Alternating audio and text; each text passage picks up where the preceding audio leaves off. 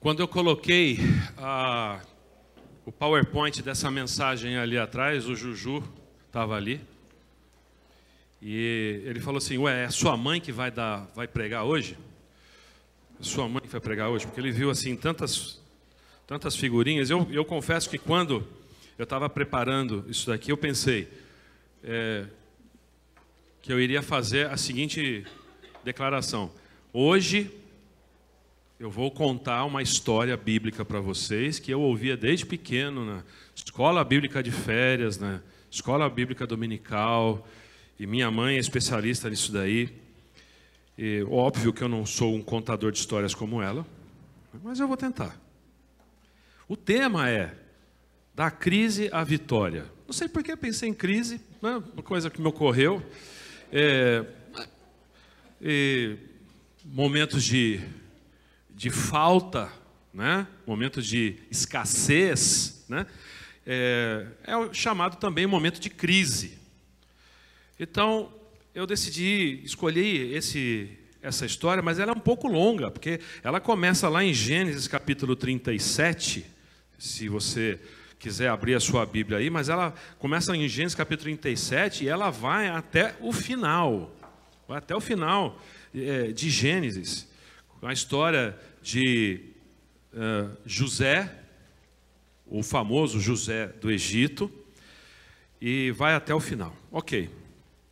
Então eu vou, nesse momento aqui, contar essa história, relembrar essa história, porque talvez você não se lembre de todos os detalhes. Eu vou, inclusive, pular alguns detalhes, né, dessa história, porque eu quero apenas fazer um contexto daquilo que nós vamos usar para a meditação nesse momento. Então, você sabe que Abraão teve o seu filho Isaac, que teve o seu filho Jacó. Jacó depois veio a ser chamado de Israel. E Jacó, ele tinha 12 filhos e um deles era José. E José, pode colocar, José, eu gostei dessa imagem aqui. Olha a cara dos irmãos ali em volta. José, ele era o queridinho, diz o texto da Bíblia, que José, ele era o queridinho do seu pai, Jacó. Ele era inclusive ele ganhou uma roupa nova da mãe, assim, uma coisa colorida, diz o texto que era uma roupa meio colorida, assim. Ele gosta tanto do pai quanto da mãe, pelo jeito ele era o mimado ali, né? E os irmãos mais velhos dele tinham uma certa inveja disso. E diz o texto, né, essa narrativa, que o José, ele tinha uma mania de sonhar. Ele não apenas tinha sonhos, mas também interpretava sonhos. Deus deu a ele esse dom. Nesse ponto eu quero dizer uma coisa aqui para você. Nem sempre sonho tem interpretação profética, nem sempre sonho. Aliás, eu diria que é raro. Não é que nem sempre, às vezes o sonho... Não, é raro.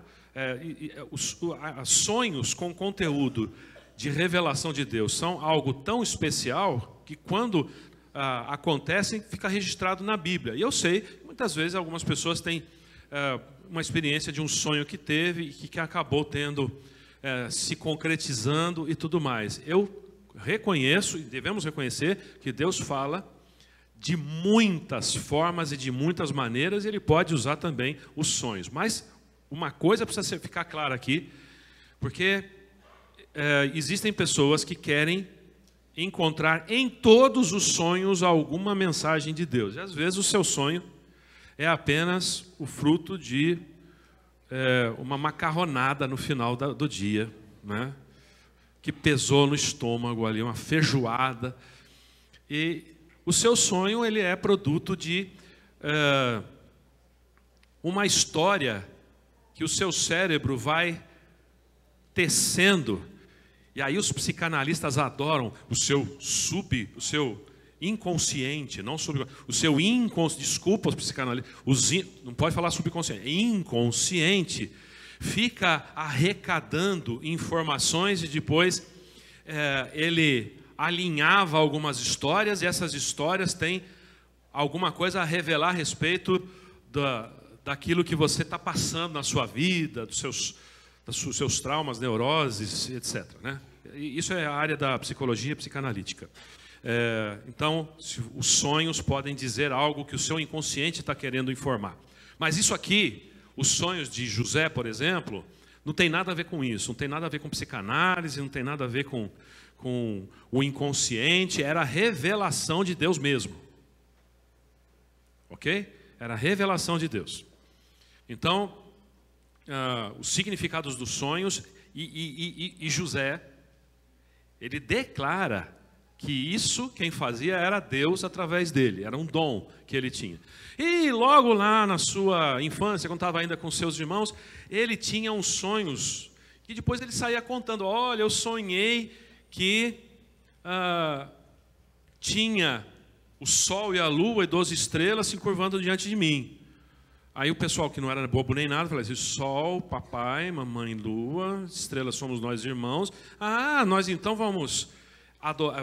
vamos dever respeito a você, você vai mandar na gente, seu abusado, né? Quem é você? Só porque você tem uma roupa colorida, só porque papai e mamãe gostam de você. Ele teve alguns sonhos dessa espécie, por exemplo, feixes de trigo também, da mesma forma, se curvando diante dele e tudo mais.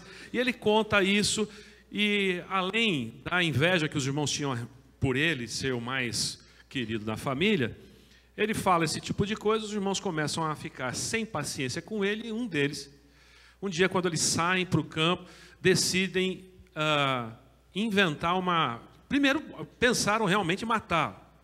Mas um dos irmãos dele, o Rubem, ele fala que não vamos fazer isso não. Então eles decidem eles vendem o próprio irmão para uma caravana de ismaelitas que estava passando em direção, sabe-se lá de onde, hoje a gente sabe que estava indo para os lados do Egito. E eles vendem o próprio irmão para uma caravana de ismaelitas e vendem como escravo. E aí o que eles fazem? Eles matam um animal, pegam o sangue, sujam a roupa aquela roupa bonita de José com o sangue, e contam a história de que o irmão tinha sido atacado por um animal, despedaçado por um animal no campo, e obviamente Jacó chora amargamente a morte do seu filho querido. O próximo slide é a imagem aí né, eles vendendo o irmão para a caravana dos ismaelitas. E onde é que ele vai parar? Onde é que José vai parar? Lá no Egito. Lá no Egito, José, ele é comprado como escravo por um dos oficiais do faraó, o homem chamado Potifar. Potifar era um homem poderoso, um dos oficiais, cuidava também, era um dos oficiais do exército e tudo mais. E José, que era um rapaz muito bonito, inteligente, ele tinha todas as qualidades, ele era um partidaço, tá? Ele era um partidaço. Ele vai trabalhar na casa do Potifar. O Potifar tinha tremenda segurança, confiança nele.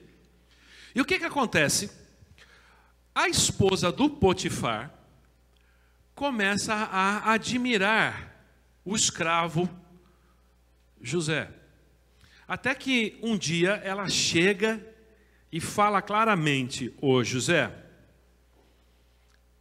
Potifar não está aí, Potifar está trabalhando.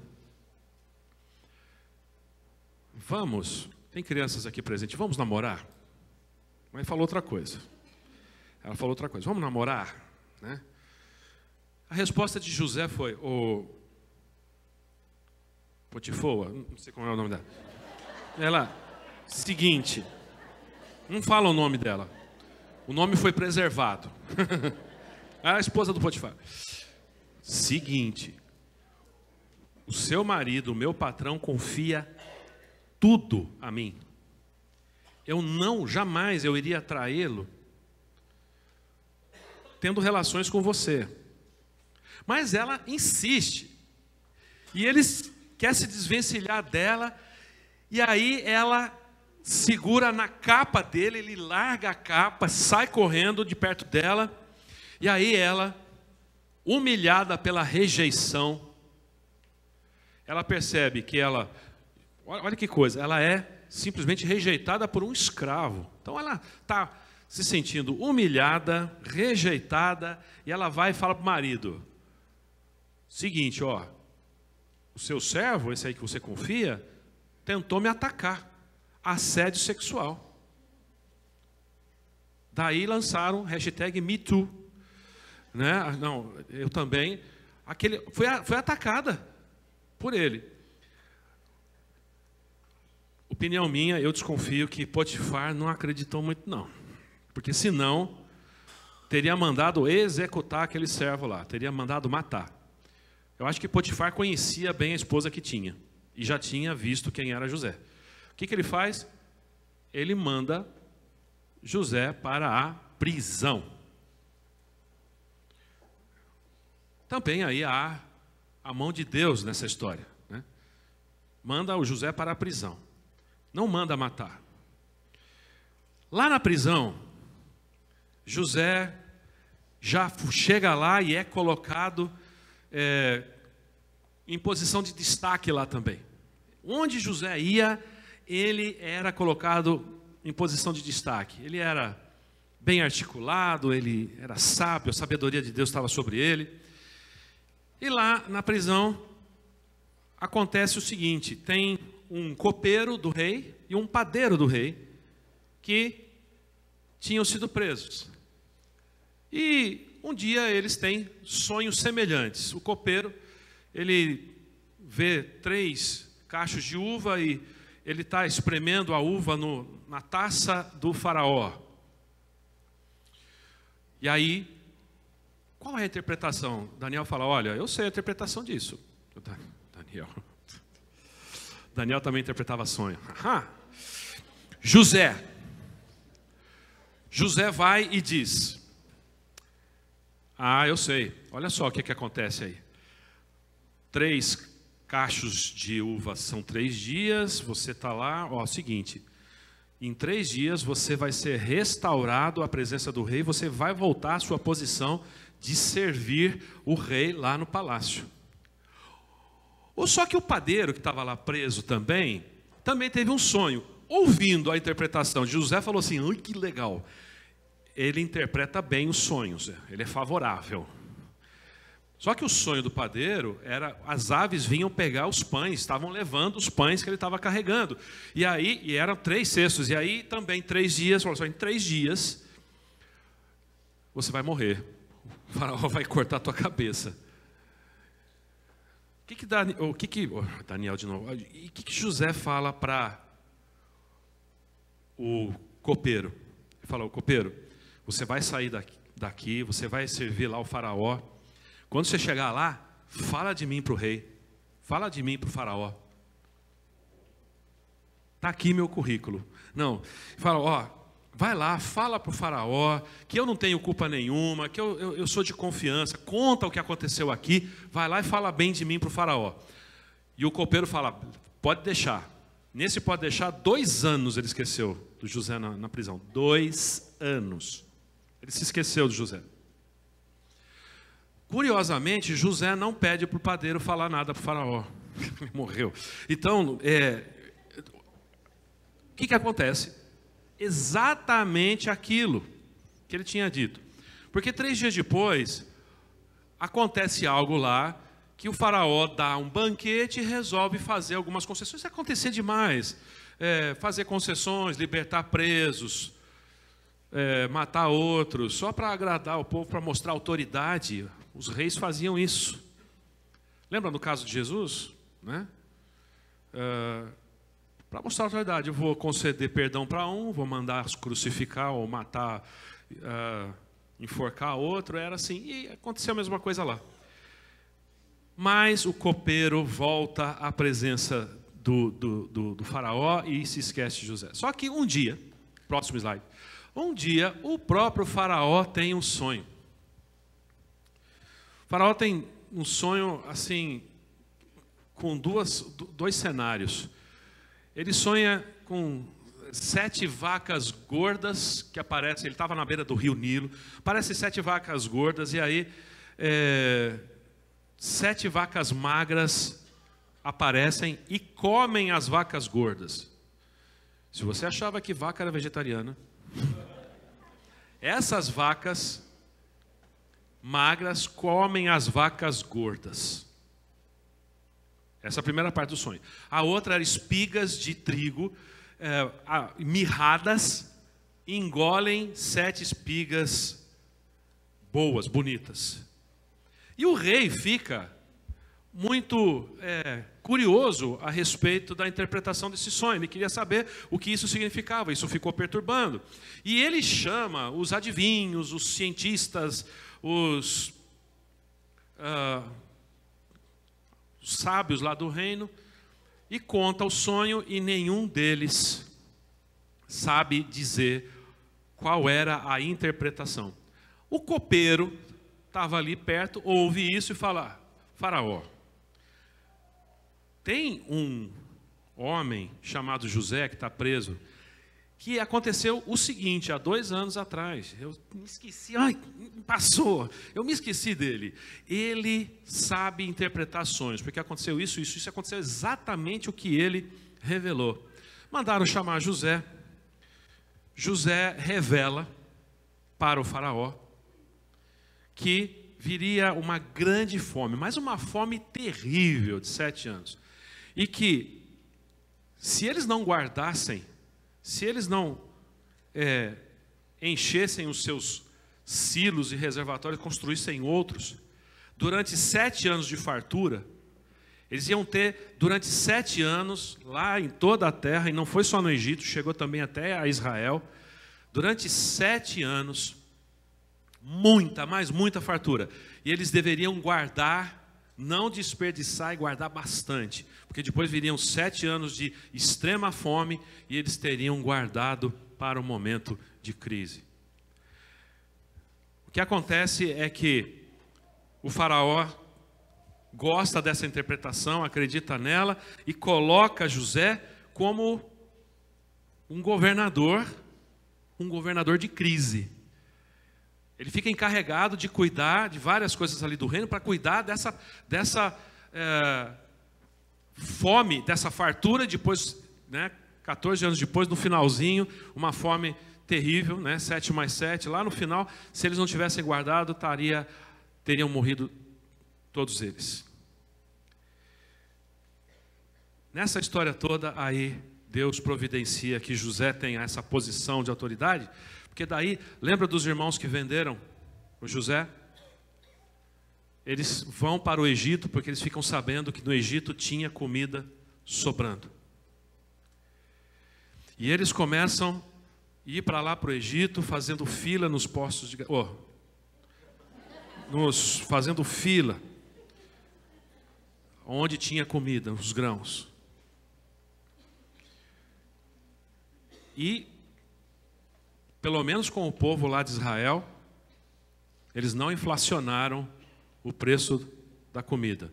Tanto é que cada vez que eles vinham, eles voltavam com alguma coisa a mais ainda nos seus sacos. Mas era plano de José, até para tentar criar um jeito de fazer os seus irmãos voltarem. Os irmãos vêm lá e não reconhecem. Por quê? José está mais velho, está com aquela roupa de egípcio, maquiagem de egípcio, cabelo de egípcio, falando a língua egípcia. Então eles não reconhecem que ele era aquele irmão que eles venderam. Para encurtar um pouquinho essa história, José faz com que arma um esquema que ele pergunta se o pai deles estava vivo ainda, se ele tinha outro irmão. Ele diz assim: sim, nasceu mais um irmão. Depois de José, nasceu Benjamim.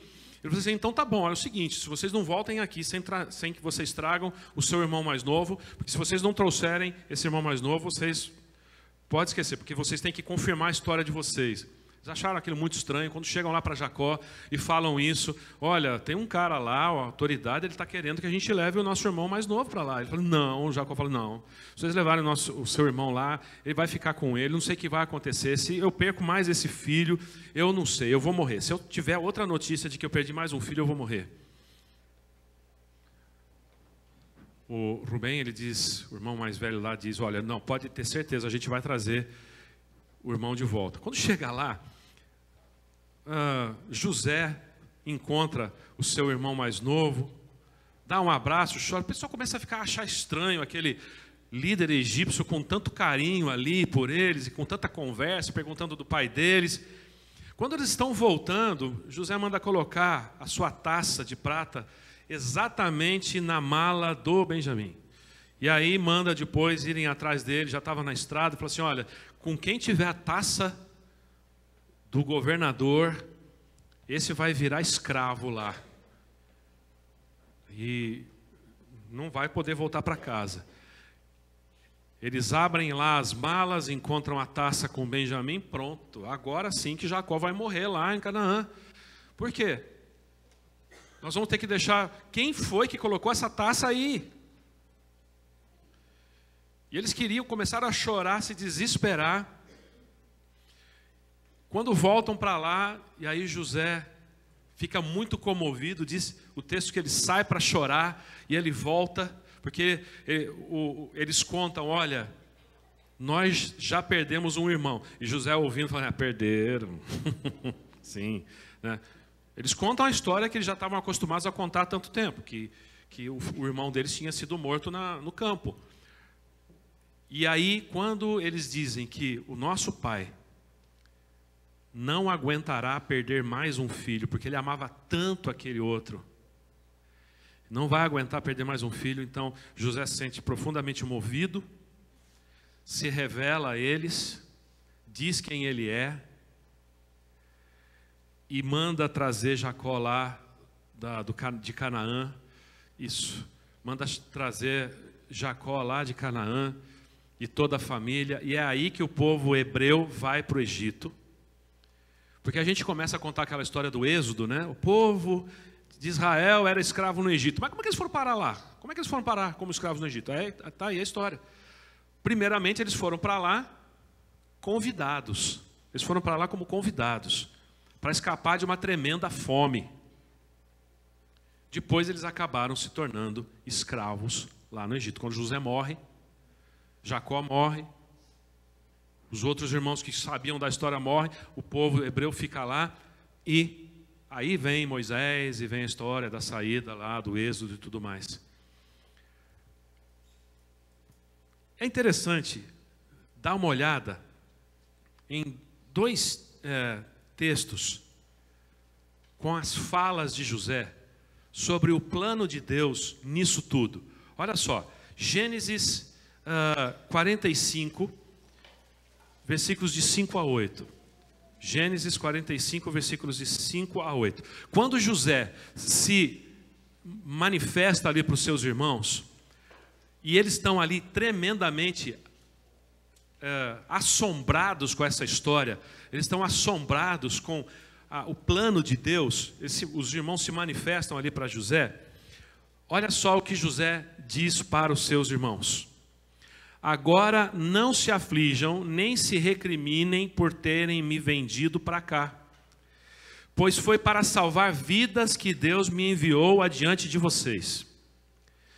Já houve 2 anos de fome, a essa altura já tinha passado os 7 anos de fartura, já tinha 2 anos de fome. Já houve 2 anos de fome na terra, e nos próximos 5 anos não haverá cultivo nem colheita. A coisa foi feia. E não foi greve, não. Não chovia, não dava para plantar, não tinha supermercado, né? As pessoas tinham que comer daquilo que era plantado, os animais iriam morrer. Que crise! Ele diz, com toda a certeza, que mais 5 anos e não haverá cultivo nem colheita, mas Deus me enviou à frente de vocês para lhes preservar um remanescente nesta terra e para salvar-lhes as vidas com grande livramento. Olha só, José, quando você vai lendo a história e você vê José colocando primeiro ele coloca as moedas de prata de volta que eles tinham pago pela comida, depois ele coloca a taça na mala, né, nos pacotes ali do Benjamim. Você fala assim, José vai se vingar agora. porque esses irmãos venderam ele como escravo, agora José vai se vingar. E depois você vê que não, na verdade, olha a ideia que ele tem. Ele vê, naquela crise toda, ele vê Deus agindo. Ele diz, olha, foi para salvar, foi para haver um grande livramento. Assim, não foram vocês que me mandaram para cá, mas sim o próprio Deus. Ele me tornou ministro do faraó e me fez administrador de todo o palácio e governador de todo o Egito. Ele era o braço direito do faraó. Então, na concepção de José é o seguinte, a crise foi enviada como uma grande oportunidade para Deus fazer algo maravilhoso no seu povo. Mas lá no final, Gênesis 50, versículos 19 a 21, de novo, quando Jacó, que veio a ser chamado de Israel, morre, os irmãos que tinham sobrado ficam preocupados se José, com a morte do pai, não iria dizer assim, agora papai morreu, agora vocês vão ver uma coisa. Vocês vão pagar pelo mal que vocês fizeram. E eles voltam para José e falam assim, José, papai morreu. Você ainda está lembrando do que a gente fez contra você, de te vender como escravo? Eles vão lá tentar ver se José ainda estava com o coração propício a perdoar. E aí, Gênesis 50, versículos 19 a 21 diz, José, porém, lhes disse, não tenham medo. Estaria eu no lugar de Deus? Vocês planejaram o mal contra mim, mas Deus o tornou em bem. Veja. Vocês planejaram o mal contra mim, mas Deus o tornou em bem, para que hoje fosse preservada a vida de muitos. Por isso não tenham medo. Eu sustentarei vocês e seus filhos. E assim os tranquilizou e lhes falou amavelmente. É só depois disso que o povo de Israel, muito tempo depois disso, é que o povo de Israel se torna escravo no Egito. Mas nisso Deus também tinha um plano. É interessante isso. Quais são as coisas que eu gostaria de destacar aqui com você nessa noite? Falando da crise à vitória. Em primeiro lugar, Deus usa pessoas, mesmo as más, para criar oportunidades para o bem. Meus queridos, essa é uma declaração extremamente misericordiosa. É uma declaração que traz alento. É uma declaração que nos enche de esperança. Porque se você ainda não encontrou com alguém muito mal no caminho da sua vida, se você ainda não encontrou, ou é porque você ainda não viveu o suficiente, ou então você não prestou atenção. Mas todos nós encontramos pessoas muito más no nosso caminho. E se você não encontrou, vai encontrar. Pessoas são muito más. E muitas vezes as crises são causadas por pessoas ao nosso redor. Crises, não precisa ser crise de alimento, como foi o caso aqui de José no Egito. Não precisa ser crise de combustível, não precisa ser crise. É crise de confiança. É crise. E crise, você sabe o que é crise? É uma demanda maior do que aquilo que você tem. É quando existe uma necessidade maior do que você pode suprir. Essa é a definição de crise. Quando falta alguma coisa. Então, pessoas más ao nosso redor podem nos causar falta. Falta de segurança, falta de estabilidade, muitas vezes no trabalho ou na própria família. Existem pessoas, muitas vezes, você se pergunta de onde vem tanto mal. As palavras destilam maldade. Os comentários são para colocar você para baixo. Você se sente realmente num grande deserto, perto de certas pessoas muito más. Mas tem uma coisa importante a ser aprendida, que Deus usa mesmo pessoas más para criar oportunidades para o bem. Então aqui vai a primeira coisa para nós brasileiros que estamos tão acostumados às crises, mas as crises pessoais, as crises dos relacionamentos e as crises e as lutas que nós enfrentamos no dia a dia, essas coisas, Deus usa pessoas, mesmo pessoas más, para o bem. Há oportunidade para o bem. Eu não sei se você está passando por algum outro tipo de crise.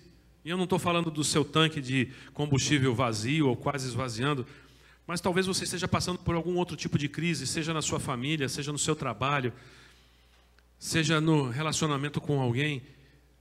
Saiba que Deus pode estar usando essa pessoa de alguma forma para criar uma oportunidade para o bem. Acredita nisso. É só prestar atenção. Que Deus pode estar criando uma oportunidade para você brilhar a luz do Senhor e mostrar que Deus é contigo. Maior é o que está em ti do que o que está no mundo. A palavra de Deus diz isso. Aquele que é nascido de Deus, o maligno, diz lá 1 João, capítulo 3, aquele que é nascido de Deus, o maligno não lhe toca. O maligno não lhe toca. Maligno apronta um monte de coisa. José deve ter pensado assim, não, Deus me abandonou, estou sendo vendido como escravo para o Egito. Mas onde ele ia, Deus estava com ele. E não era sorte, não, era plano de Deus. E Deus pode fazer a mesma coisa com você, basta você mudar de atitude. Aliás, uma coisa que eu tenho sempre falado aqui, que é importante lembrar. Se você não pode... Victor Frankl falava isso, de vez em quando eu cito Victor Frankl aqui, que sobreviveu ao campo de concentração na Segunda Guerra Mundial. Ele sempre diz o seguinte, se você não pode mudar a situação, quem deve mudar é você em relação à situação. E encontrar na situação um sentido. Se você não pode mudar a situação, quem tem que mudar é você. E encontrar um sentido. Ele sobreviveu ao campo de concentração desse jeito. Ele encontrou ali no campo de concentração uma oportunidade de vitória no meio de uma grande crise. 2. É nos momentos de crise que o favor de Deus mais se manifesta. Isso também é bíblico. Então, Deus cria oportunidades para o bem e é nos momentos que o favor de Deus mais se manifesta. Você já notou? Quando está tudo bem, as pessoas não se lembram muito de Deus. Não é? Mas é no momento em que as coisas estão indo mal, é que Deus se manifesta. E não é o problema, não é criado por Deus, para que depois Ele vá lá e resolva. Não é Deus está brincando com a gente, não. Na verdade, é antes o contrário. Deus está levando muito a sério o compromisso que Ele tem com o seu povo, com cada um de nós. E quando o momento é um momento de tristeza, de crise, de dor, é nesse momento que nós mais conseguimos ver a atuação de Deus. Então nós não devemos ter medo das crises, nós não devemos ter medo dos problemas, porque Deus vai e se manifesta nisso daí. O faraó teve aquele sonho lá das vacas magras que comeram as vacas gordas. Aliás, daí vem a expressão, né? Até hoje as pessoas falam muito, né? Estamos na época das vacas magras. Nem sabe de onde vem isso, vem daí. Vem da Bíblia. Vacas gordas e vacas magras. Porque hoje em dia ninguém mais, né? Quer dizer, só quem é fazendeiro, né? Mas se você as vacas estão meio magras, o cara mora no apartamento, as vacas estão meio magras, né? Mas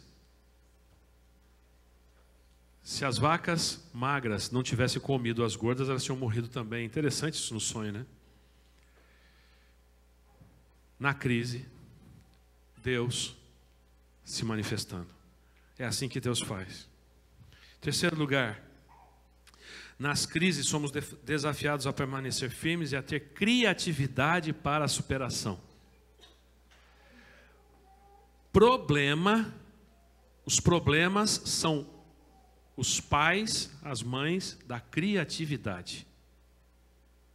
Não é?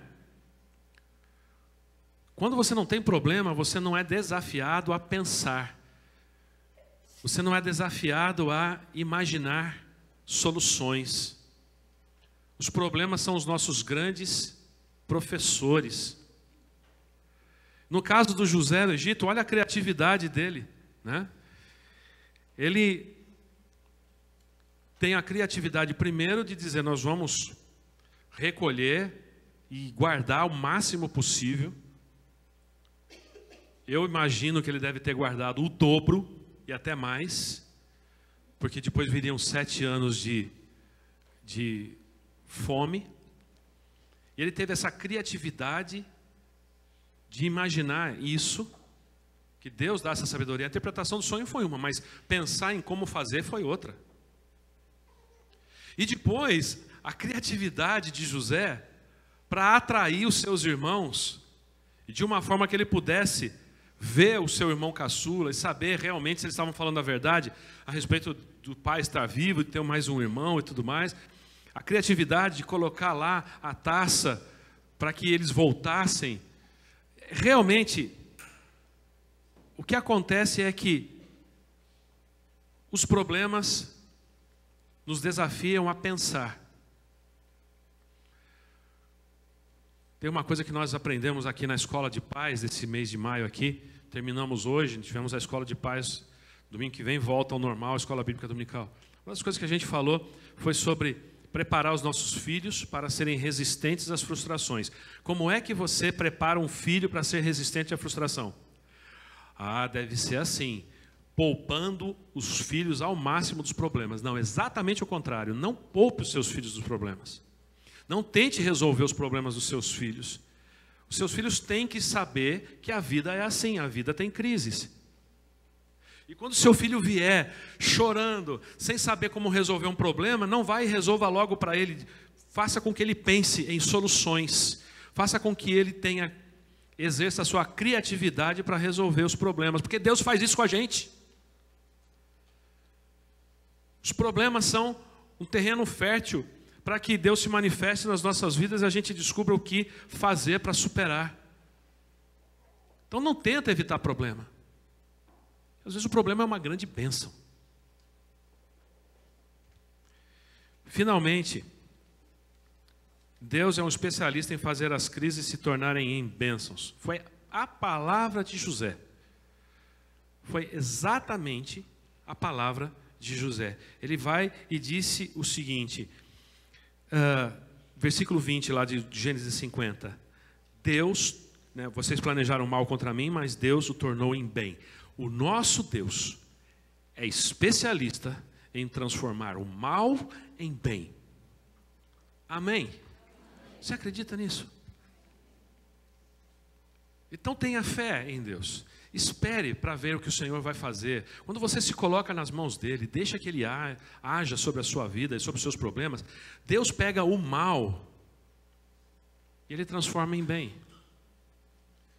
Diz a palavra de Deus que onde sobrou o pecado, também sobrou mais ainda a graça. É assim que Deus age. Onde há problema, também sobra. Onde há mal, sobra o bem de Deus. Tem mais bem de Deus ainda sobre aqueles que estão passando por algum tipo de mal.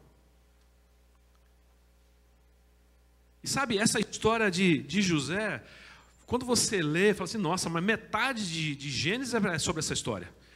E é uma história icônica. Tem filme, desenho, livro.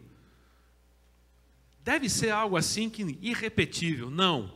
Isso pode se repetir na sua vida, de uma forma ou de outra, em menor ou um grau não tão espetacular quanto esse, mas Deus pode fazer desse jeito, na sua vida, transformar problemas em bênçãos, usar mesmo pessoas más, que estão ao seu redor, para o bem. Não diz a palavra de Deus que todas as coisas concorrem para o bem daqueles que amam ao Senhor? Você acredita nisso? Diga amém. E foi o que aconteceu com José e pode acontecer com você, se você se colocar nas mãos de Deus também. O próprio apóstolo Paulo, um dia ele estava muito chateado porque ele tinha algum problema que ele chamava de espinho na carne. De vez em quando eu falo sobre isso porque é muito importante lembrar isso. Então ele tinha um negócio, um problema que ele chamava de espinho na carne. Pode ser uma enfermidade, pode ser um monte de outras coisas. Mas ele chamava de espinho na carne. E ele vai e ora ao Senhor. Ele quer ser poupado do problema. E qual é a resposta de Deus? Esse Deus que usa os problemas para nos abençoar. A resposta de Deus está lá em 2 Coríntios 12, 9. Paulo pede para ser poupado dos problemas, do espinho na carne. Qual a resposta de Deus? Mas ele me disse, minha graça é suficiente para você, pois o meu poder se aperfeiçoa na fraqueza. A minha vitória se aperfeiçoa na crise. Portanto, Paulo diz dele mesmo, eu me gloriarei ainda mais alegremente nas minhas fraquezas, nas minhas crises, para que o poder de Cristo repouse em mim. Esse é o nosso Deus. Baixe a sua cabeça em oração. Talvez você tenha entrado aqui numa crise tremenda, eu não sei. Talvez seja uma crise interna, familiar, emocional, física, né? Saúde, eu não sei. Qual é a sua crise? Mas dependa de Deus de uma tal forma que a crise se transforme em bênção na sua vida. E mais lá para frente, você possa olhar para trás e ver que Deus estava todo o tempo agindo no meio da sua crise, do seu problema, mesmo usando